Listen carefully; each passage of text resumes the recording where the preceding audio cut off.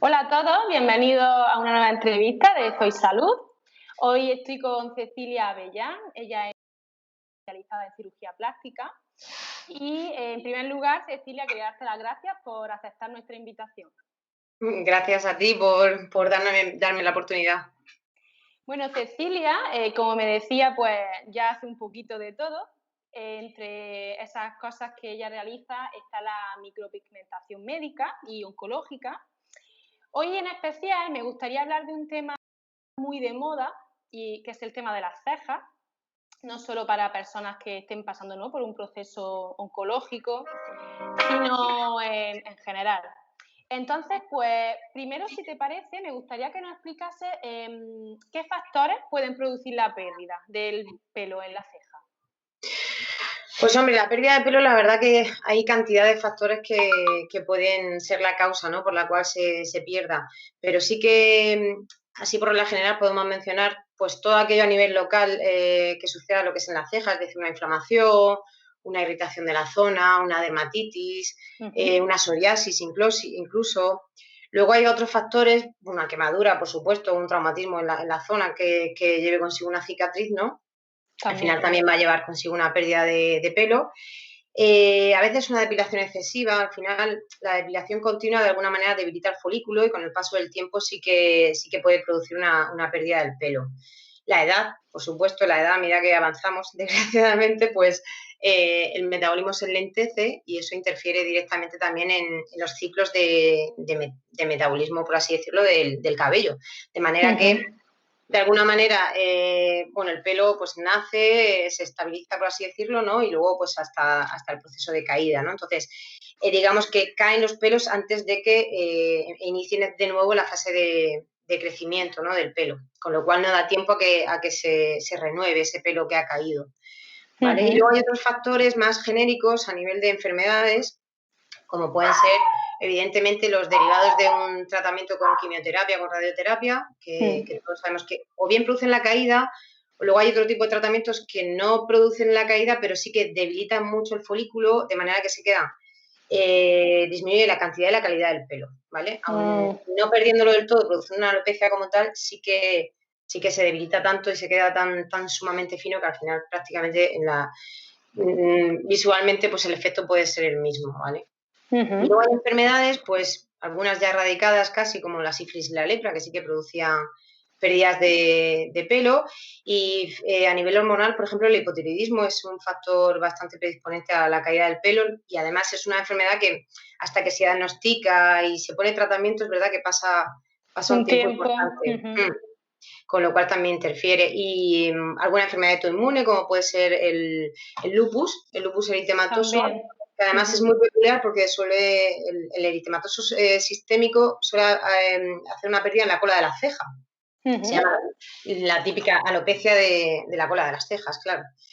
Y más cositas, pues una anemia también, por ejemplo, la anemia también es importante y, por supuesto, la alopecia areata que puede afectar en forma de placas en muchas partes del cuerpo, que casi todo en su mayoría es producida por estrés y ansiedad. Así a Sobre grandes todo, rasgos. muy bien explicado. Hay varias técnicas, ¿no?, que ahora también se habla mucho de ellas, el microblading, el shading. ¿Son iguales o en qué se diferencian? Realmente, al final, ambas buscan de alguna manera simular una densidad capilar, ¿no? Que eso sí que en ese sentido sí que buscan lo mismo, solo que es cierto e incluso se pueden complementar, pero es verdad que cada caso cada persona se puede beneficiar mejor de una u otra técnica, ¿vale? El microblading realmente lo que hace es simular pequeños pelitos que son son hiperrealistas y quedan muy Muy similares natural, a un pelo ¿no? real, sí, eso es. Y el shading es más como un sombreado, ¿vale? Con lo cual la densidad capilar que se puede conseguir con un shading quizás pueda ser mayor, pero también es, digamos, de alguna manera, si una persona no tiene nada de pelo y le das un shading directamente, pues puede quedar como más artificial. Entonces, lo normal o es hacer uno u otro o incluso combinarlos. Yo, por ejemplo, hay muchas personas que tiene muy poquita densidad capilar, en la que le hacemos un microblading con su pelo a pelo y un efecto bastante hiperrealista, y luego le combinas en algunas zonas un poquito de stading para dar ese efecto 3D, ¿no? De pelo y de mayor densidad capilar, que es al final lo que se quiere conseguir, la máxima naturalidad, claro. Sí, para un mejor resultado también. Eso es. ¿Hay alguna contraindicación a la hora de realizar estas técnicas? Sí que las hay, no son, es verdad que hay algunas que sí que de alguna manera podríamos decir que son absolutas, como por ejemplo que la persona cicatrice en queloides. Una persona que cicatriza en queloides, esa cicatriz abultada, hipertrófica y demás, pues obviamente en una zona tan expuesta como la cara, mejor no arriesgarse a hacer una cicatriz, porque al final esto de alguna manera es una cicatriz inducida que estamos haciendo, ¿no? Entonces, mejor no tocar a esa persona, no vaya a hacer un queloide justo en la ceja que está tan expuesta. Luego hay otras contraindicaciones, si no absolutas, sí que relativas, y que hay que valorar el momento más adecuado para hacerlas, como puede ser el embarazo. Si una persona embarazada viene a hacerse un microblading o un shading, pues obviamente lo mejor es algo no urgente, o sea, es decir, esto puede esperar, yo creo que es sentido común. Si insiste, por lo menos evitar el primer trimestre, que es en el que más alteraciones se pueden provocar y bueno, en el que más cuidado hay que tener. Luego, otras contraindicaciones, pues podría ser, nosotros siempre es recomendable hacer una prueba de alergia a los pigmentos, aunque son hipoalergénicos y están hechos precisamente para evitar posibles alergias, pero siempre es recomendable hacerlo. Entonces, si la paciente de alguna manera tiene una alergia a ese pigmento, lo mejor es no hacerlo o repetir primero una segunda prueba de alergia. Si tiene alguna cicatriz porque haya tenido algún traumatismo, alguna quemadura y todavía no está estable, está muy roja, no está madura, mejor esperar. Pues os digo que no es una contraindicación en este sentido absoluta, pero sí que evaluar el mejor momento. Una diabetes, pues tampoco la diabetes está contraindicado, pero sí que sabemos que hay que tener unos cuidados más especiales. Claro, ya que al final la cicatrización es más lenta y bueno, sí que podría a lo mejor dar lugar a una pequeña infección o algo, entonces hay que extremar los cuidados. Los pacientes que toman anticoagulantes o antiagregantes, para mí no está contraindicado, pero sí que es cierto que requieren igualmente pues, otros cuidados, quizás más sesiones de lo esperado y demás. Y más cositas, pues un herpes, por ejemplo, evidentemente que una persona tenga un herpes en el momento del tratamiento, pues lógico es esperar cualquier infección también que pudiera tener en la zona o cualquier debilidad de alguna manera de la piel, ¿no? También es importante tener en cuenta que no está contraindicado, pero sí que hay que llevar cuidado cuando vas a trabajar sobre la zona de la ceja y existe algún nebus, por ejemplo, ¿vale? Algún lunar, es importante no taparlo, porque al final si esos lunares cambian de color, aumentan de tamaño y demás, que son indicios a veces de un melanoma, de un melanoma, pues si lo tapas con pigmento podemos evitar luego el poder ver esos cambios en ese lunar, ¿vale? Y bueno, por supuesto, si un paciente está con quimioterapia, pues lo mejor es esperar a ver en qué momento tiene su sistema inmune las mejores condiciones para evitar infecciones, claro. Muy importante. Bueno, pues acabas de contestar a la pregunta, era eso, en el caso de pacientes ¿no? de cáncer, ¿cuándo sería el momento ¿no? más aconsejable para hacerlo? Sí, en realidad es cierto que la mayoría si miráis textos o información, casi la mayor parte de las profesionales aconsejan mínimo unos 6 meses desde la última sesión. Yo personalmente, mi opinión al respecto es valorar cada caso de manera individual, es decir, lo importante aquí es tener en cuenta que sí que la quimioterapia o la radio pueden, evidentemente, ejercen efectos en la piel como una sequedad a veces bastante extrema, pero sobre todo que a nivel genérico baja el sistema inmunitario, se queda muy debilitado. Entonces, lo mejor es ver cuál es el mejor momento en cuanto a esos leucocitos, ¿no? Que la persona tenga un buen sistema inmunológico para que haya poder recuperado. Exacto. Entonces, bueno, a mí me parece bien valorar cada caso de manera individual, incluso tener una valoración del oncólogo en cuanto a si es oportuno o no hacer el tratamiento ya o mejor esperar. Y también estaba yo pensando, Cecilia, que ese pelo luego se recupera, ¿no? Una vez que ya termina el tratamiento, entonces también sería aconsejable ¿no? esperar, ver cómo va evolucionando. A mí me gusta, de hecho, si es posible a veces, que se me había olvidado comentarlo, la mayoría de casos, incluso si saben que van a empezar con la quimio, lo ideal sería hacer el tratamiento antes. De hecho, muchos oncólogos así lo recomiendan. ¿Por qué? Porque primero no estamos todavía sometidos al tratamiento de quimioterapia con todas sus consecuencias Y segundo, cuando la persona ya se ha hecho el tratamiento de forma previa, cuando el pelo empieza a caer después de las primeras sesiones de quimioterapia, siempre va a haber debajo esa micro hecha, con lo cual el paciente nunca va a tener ese shock visual de Ese que queda con impacto, cejas, claro. claro. Entonces es bastante aconsejable. Yo, de hecho, casi muchos de los tratamientos que he hecho a pacientes oncológicos han sido de manera previa. Ah, muy bien, muy interesante, no lo sabía. ¿Es duradero todas estas técnicas?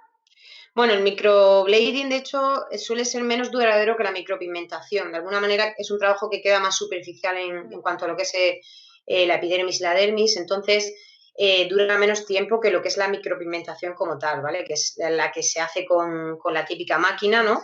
Esto es como un tebol y es como una especie de plumita, entonces queda más superficial y estamos hablando de una duración más o menos entre año y medio. Depende un poco también del tipo de piel, los cuidados que le haga la persona y demás. ¿Requiere cuidados muy, no sé, muy específicos o son sencillos? Bueno, sobre todo protegerte del sol, que eso al final el sol de alguna manera nos va a oxidar los pigmentos y va a separar las partículas que lo componen, haciendo más posible que su eliminación sea más rápida, ¿no? Claro. Al final, las partículas tienen un tamaño determinado, las partículas que forman el pigmento tienen eso, un tamaño determinado para que nuestro sistema linfático, al intentar arrastrarlo para limpiar, no pueda, ¿no? Entonces, tiene que pasar tiempo hasta que el organismo es capaz de separar y disminuir el tamaño de esas partículas y poder eliminarlo, ¿no? Entonces, el estar expuestos al sol, pues al final puede acelerar ese proceso. Acelerarlo. Claro, y incluso puede hacer también cambios de color, cambios de viraje, del color del pigmento. Se está sometido a tratamientos de exfoliación, peeling, maquillarnos continuamente y demás. Todo eso al final juega de alguna manera interfiere bastante en que se pierda de alguna manera antes el pigmento o pueda sufrir variaciones. ¿Qué nos podría recomendar para retrasar esa pérdida del pelo en la ceja? Pues es cierto que, por un lado, yo creo que deberíamos de evitar que se caiga, ¿no? Y por otro, ayudar a que crezca, ¿no? Estimular ese crecimiento. Estimularlo. Entonces, sí, realmente para prevenir, lo mejor es una alimentación sana y equilibrada, que eso parece un tópico, pero es la realidad. Hay que repetirlo, sí. Interfiere muchísimo en todos los aspectos de nuestra vida, incluido en este. Luego hay remedios naturales, como pueden ser pues, el aceite de ricino, que de hecho a mí es uno de los que más me gusta recomendar, pero bueno, también hay otros como el aceite de romero, mezclas de coco y cáscaras de limón, aloe vera. Todos ellos en realidad lo que buscan es al final hidratar mucho, ¿vale? Y estimular y fortalecer el pelo y el folículo, ¿no? Que es al final de lo que se trata. Y luego hay otros serum que han salido en el mercado, como puede ser el famoso M2 Brown, que creo que fue un poco el pionero, si no me equivoco, que al final busca un poco lo mismo, pero es verdad que tiene unos efectos muy, muy demostrados. Tras usarlo unas 6 u 8 semanas, realmente se ve un crecimiento tremendo en cuanto tanto en calidad de pelo como en cantidad, ¿vale? Eso un poco para ayudar de alguna manera a que crezca. Y para evitar la caída, pues igualmente iríamos a una alimentación sana y equilibrada, ¿vale? No excedernos en la depilación, que muchas veces eso al final va debilitando los folículos y llega un momento en que sin darnos cuenta no crecen, ¿vale?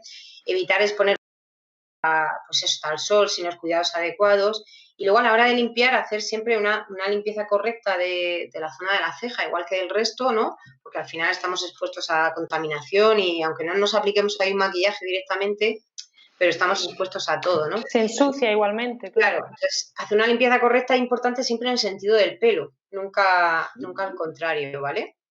Igualmente hay gente que se echa tintes y cosas de esas que siempre van a afectar también a la duración y de nuestro pelo y a que se pueda caer o no. Y por supuesto evitar el estrés. El estrés es un enemigo para todo también. Así es. ¿Qué es lo que más te piden tus clientes, Cecilia? Pues lo que más me piden, pues sobre todo, va a sonar un poco, pero me piden naturalidad, o sea, es decir, vienen siempre con, es que he perdido la ceja, quiero recuperar, pero que no se note, que la gente, yo no quiero esa ceja grande, exagerada.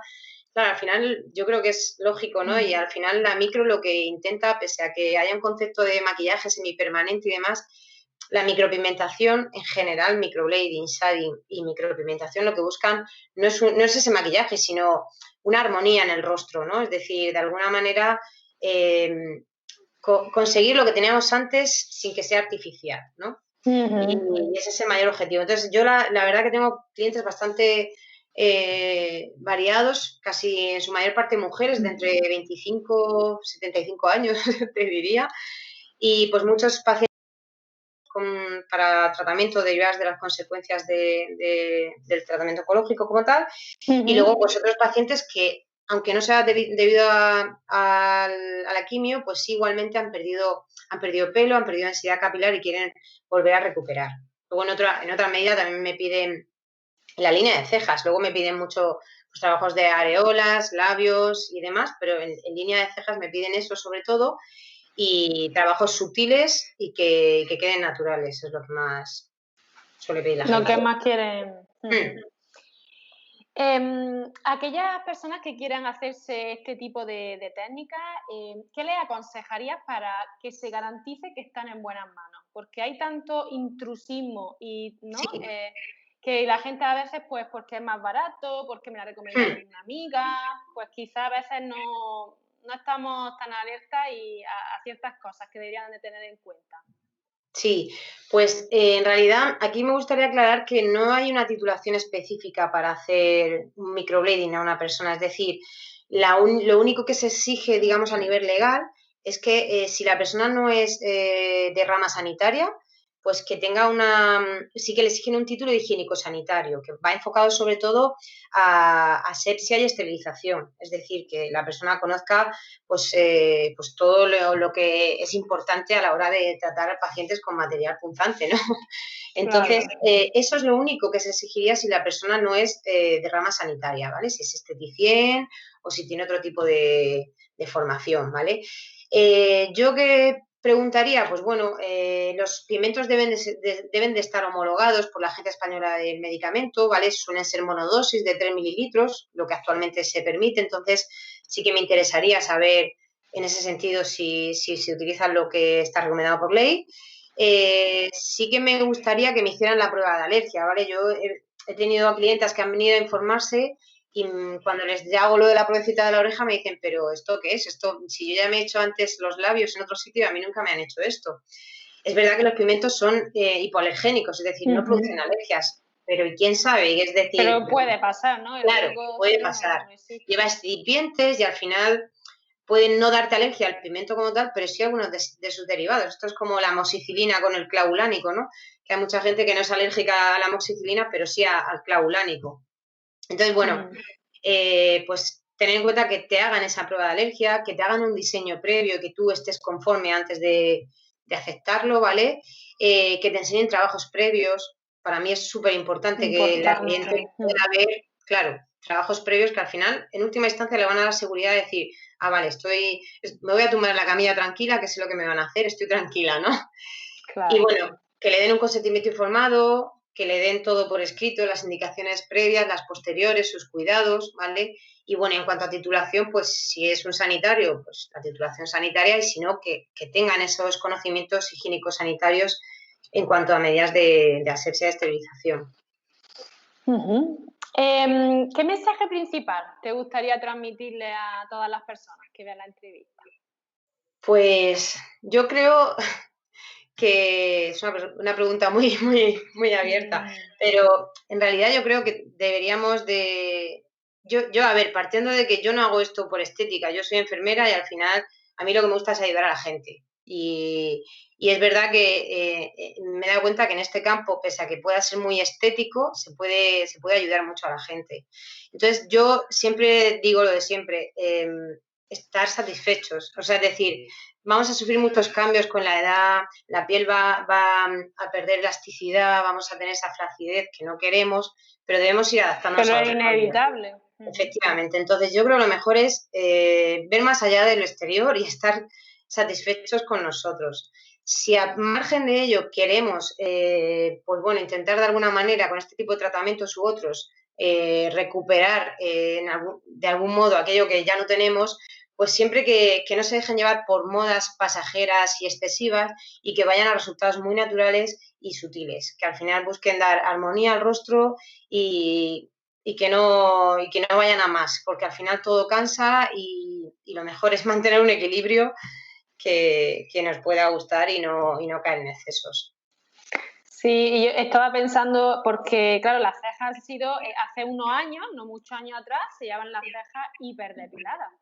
Muchísimo. Ahora hemos pasado al otro extremo, que Ahora se es ven la CJ unas ancha. cejas enormes. Entonces, claro, me imagino que habrá gente que llegue, ¿no?, y te diga, pues quiero las cejas de, no sé, de esta famosa que he visto, pero Sí, me parece un buen mensaje ese, ¿no?, de que cada uno eso es. tenemos lo que tenemos y que hay que ver más allá de lo estético, sí, es verdad. Claro, yo creo, de hecho, a mí me gusta mucho adaptar siempre los tratamientos a cada persona, ¿no? Entonces hay gente que a lo mejor te viene sin cejas y te pide una ceja ancha.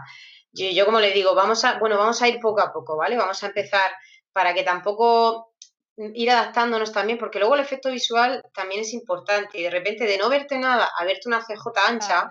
pues te puede causar un poquito de, Puede que no te impacto. guste, claro, ya una Claro, vez que te entonces, veas. como para ir a más siempre hay tiempo, yo siempre digo, mira, hoy vamos a hacer una cejita más o menos, también hay que ver su rostro, si es un rostro pequeño, una ceja ancha, por mucho que al paciente le guste, no le va a ir bien, entonces hay que aconsejarle también un poco. Y bueno, por poquito y luego ir a más si lo siguen deseando, ¿no? Yo creo que es lo Ujú. más recomendable. Muy bien, Cecilia. ¿Y dónde te pueden encontrar? Pues yo ahora mismo estoy en la calle O'Donnell, en el número 25, en una clínica, es una clínica de cirugía plástica y colaboro con unos compañeros de cirujanos y médicos estéticos. Entonces, bueno, la Ujú. verdad que no, me gusta mucho porque aunque haya gente que viene a lo mejor para hacerse la ceja y a lo mejor yo no veo recomendable que se haga la ceja por cualquier circunstancia, entonces sí que el ser un equipo más amplio podemos valorarlo entre los diferentes profesionales cada caso y eso me gusta, ¿no? El poder dar Ah, cada uno, qué bien. Ujú. porque hay veces, pues a lo mejor que el paciente realmente no está para una ceja, sino que a lo mejor tiene mucha y con grasa y demás, y a lo mejor una blefaroplastia, cualquier cosa, y entonces, o un botox simplemente para subir la cola, y entonces, bueno, pues se le dan esas opciones al paciente y que él elija. Yo creo que también está bien, no es ese de, no, este paciente para mí, yo lo hago y me lo... Un poco la visión, ¿no?, Claro, entre todos. una Ujú. visión más global y bueno, y eso, y al final que el cliente quede satisfecho, que no, aunque no le haga yo el tratamiento finalmente, porque es mejor un poquito de botox en la cola en lugar del microblading, por ejemplo, Ujú. por decirte algo. Y no sé, a mí me satisface bastante poder ofrecer un tratamiento, una visión más amplia, por así decirlo. Ujú. ¿Y qué otros servicios ofrecéis? Pues bueno, en la clínica, como os he comentado, a nivel de cirugía y medicina estética, pues todo lo que Ujú. respecta a ambos campos. Y luego, digamos, yo como enfermera, lo que ofrezco son tratamientos de Dermapen a nivel facial y demás para las manchas, para rejuvenecer o para hidratar, siempre Ujú. que en algunos momentos siempre va bien, sobre todo después del verano o antes. Luego también tratamientos de micropigmentación. Yo la verdad estoy especializada sobre todo en tratamientos oncológicos, reconstrucción de mastectomías, areola, pezón 3D y luego lo que es las cejas, ¿vale? Pero también si hay pacientes que me piden pues la típica rayita del ojo o densidad a nivel de las pestañas, los labios, Los labios. Ujú. cicatrices, muchas cicatrices, pues de una histerectomía o cualquier cicatriz que al final queda muy expuesta y quieren camuflarla, ¿no? Y ahora también hice hace poquito, terminé un curso de acupuntura estética y entonces hago Ujú. tratamientos de lifting facial mediante acupuntura y electrolipólisis para la celulitis, que Mm. también es interesante. Poquito a poco estoy entrando ya en tratamientos de acupuntura como tal de lo que es medicina china para tratar al paciente de manera más, pues, migrañas o tratamientos para el estrés y cositas. Ujú. Muy interesante. Pues muchísimas gracias, Cecilia, por tu tiempo, por contarnos toda esta información sobre las cejas y sobre tu trabajo. Y bueno, pues seguiremos en contacto. Muchas gracias a ti por darme la oportunidad de contar pues estas cosas. Si he podido ayudar a alguien, me alegro mucho, e incluso si alguien en algún momento se trate con cualquier profesional que se trate, si tiene alguna duda, pues por mi parte me puede escribir a través de Instagram, que le contestaré encantada. Estupendo, seguro que sí, que ayuda a personas, a lo mejor gente que esté indecisa o que haya tenido una mala Sí, experiencia, por ejemplo. Aquí de lo que se trata es de informar, ¿no? Y sí, que la gente sepa que tiene recursos, que los recursos están ahí, siempre en manos de profesionales, a poder sí, ser. Y bueno, encantada, Cecilia, muchísimas gracias. igualmente. Muchas Un gracias a ti, abrazo. Guadalupe. Un abrazo, hasta luego.